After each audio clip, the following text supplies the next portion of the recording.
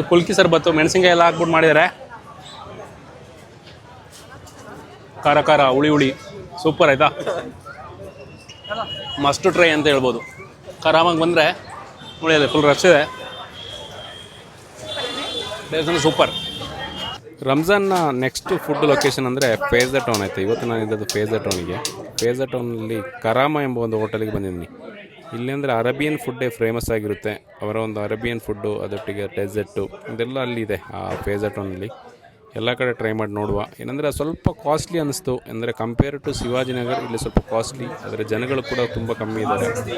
ಇಲ್ಲಿ ಇವರ ಒಂದು ಟೀಚರ್ ಇದೆಲ್ಲ ತೊಗೊಂಡಿದ್ದೀನಿ ಆಯಿತಾ. ನಾನು ಟ್ರೈ ಮಾಡ್ತಾಯಿದ್ದೀನಿ. ಅದರೊಟ್ಟಿಗೆ ಇವರ ಒಂದು ಜ್ಯೂಸ್ ಐಟಮ್ಗಳು ಸೂಪರ್ ಅಂತಲೇ ಹೇಳ್ಬೋದು ಆಯಿತಾ.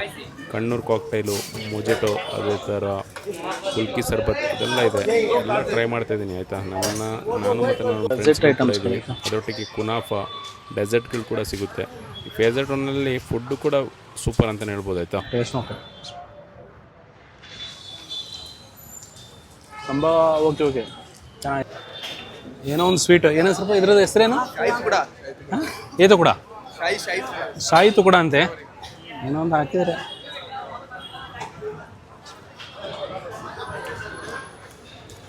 ಚೆನ್ನಾಗಿದೆ ಆಯಿತಾ.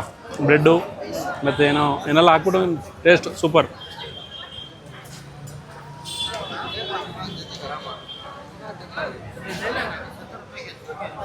ಜ್ಯೂಸ್ಗಳಲ್ಲಿ ಕೂಡ ಮೊಜೊಟೋ ಮತ್ತು ಕುಲ್ಕಿ ಸರ್ಬತ್ತು, ಕಣ್ಣೂರು ಕಾಕ್ಟೈಲ್ ಈ ಥರ ಎಲ್ಲ ವೆರೈಟಿ ಆಫ್ ಜ್ಯೂಸ್ಗಳು ಕೂಡ ಇದೆ.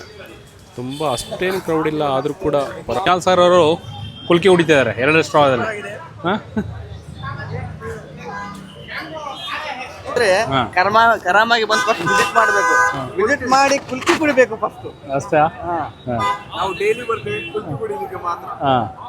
ಕುಲ್ಕಿ ಅಂದರೆ ಫೇಮಸ್ ಇಲ್ಲಿ.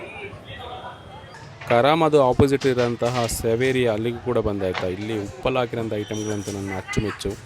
ಅದರಲ್ಲಿ ಎಲ್ಲ ಐಟಮ್ಗಳನ್ನ ಟ್ರೈ ಮಾಡ್ತಾಯಿದ್ದೀನಿ. ಅದರ ಪ್ರೈಸ್ ಬಂದ್ಬಿಟ್ಟು ಸ್ವಲ್ಪ ಕಾಸ್ಟ್ಲಿ ಅನ್ನಿಸ್ತು, ಆದರೂ ಕೂಡ ಪರವಾಗಿಲ್ಲ, ಅಡ್ಜಸ್ಟ್ ಮಾಡ್ಕೋಬೇಕಲ್ಲ.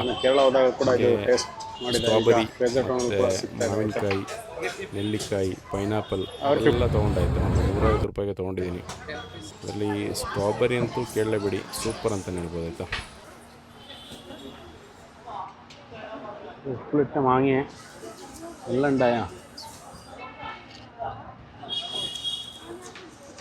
സംഭവം ഉഷാറാ. കറുംകുറും